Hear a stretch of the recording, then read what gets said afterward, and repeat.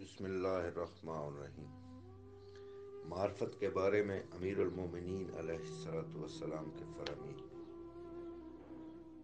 مولا فرماتے ہیں معرفت حیرانی اور اس سے تہی دامن ہونا اندھا پن ہے۔ بہترین معرفت انسان کو اپنے آپ کو پہچاننا ہے۔ لوگوں میں سے اپنے نفس کی معرفت اس شخص کو سب سے زیادہ ہے جو اپنے رب سے سب سے زیادہ ڈرتا ہے۔ وہ شخص زمانہ کا سب سے بڑا عارف ہے جو اس کے حوادث سے تعجب نہیں کرتا۔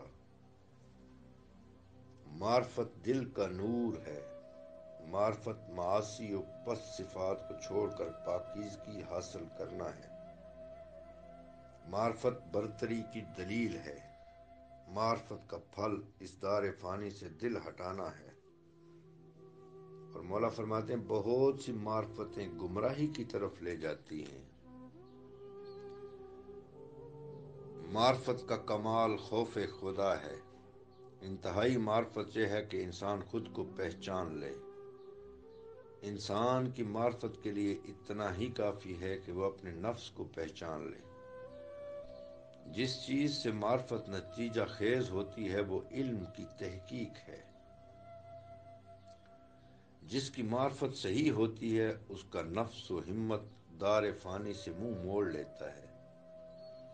عالم کی معرفت دین ہے کہ جس سے کے ذریعے خدا کی عبادت ہوتی ہے، اسی کے ذریعے انسان اپنی حیات میں طاعت کو اور مرنے کے بعد کے لیے اچھی باتوں کو کسب کرتا ہے۔ کم معرفت دنیا سے بے رغبتی کا باعث ہوتی ہے۔ جو معرفت رکھتا ہے وہ حرام چیزوں سے باز رہتا ہے۔ جو خدا کو پہچانتا ہے اس کے لیے سزاوار ہے کہ وہ اس چیز کی طرف رغبت کرے جو خدا کے پاس ہے۔ جو خدا کو پہچانتا ہے وہ ہرگز بدبخت و ناکام نہیں ہو سکتا۔ جو خدا کی معرفت کے حصول میں قرآن و سنت کو چھوڑ کر رائے و قیاس اور ذاتی نظریہ پر اعتماد کرتا ہے وہ گمراہ ہو جاتا ہے اور اس کے امر پراگندہ ہو جاتے ہیں۔ خدا کی معرفت بلند ترین معارف ہے۔ جو شخص اللہ سبحانہ کی معرفت رکھتا ہے اس کو چاہیے کہ وہ خوف خدا اور رجا سے اپنے دل کو خالی نہ کرے۔ جس نے خدا کی معرفت حاصل کر لی وہ گوشہ نشینی اختیار کرتا ہے۔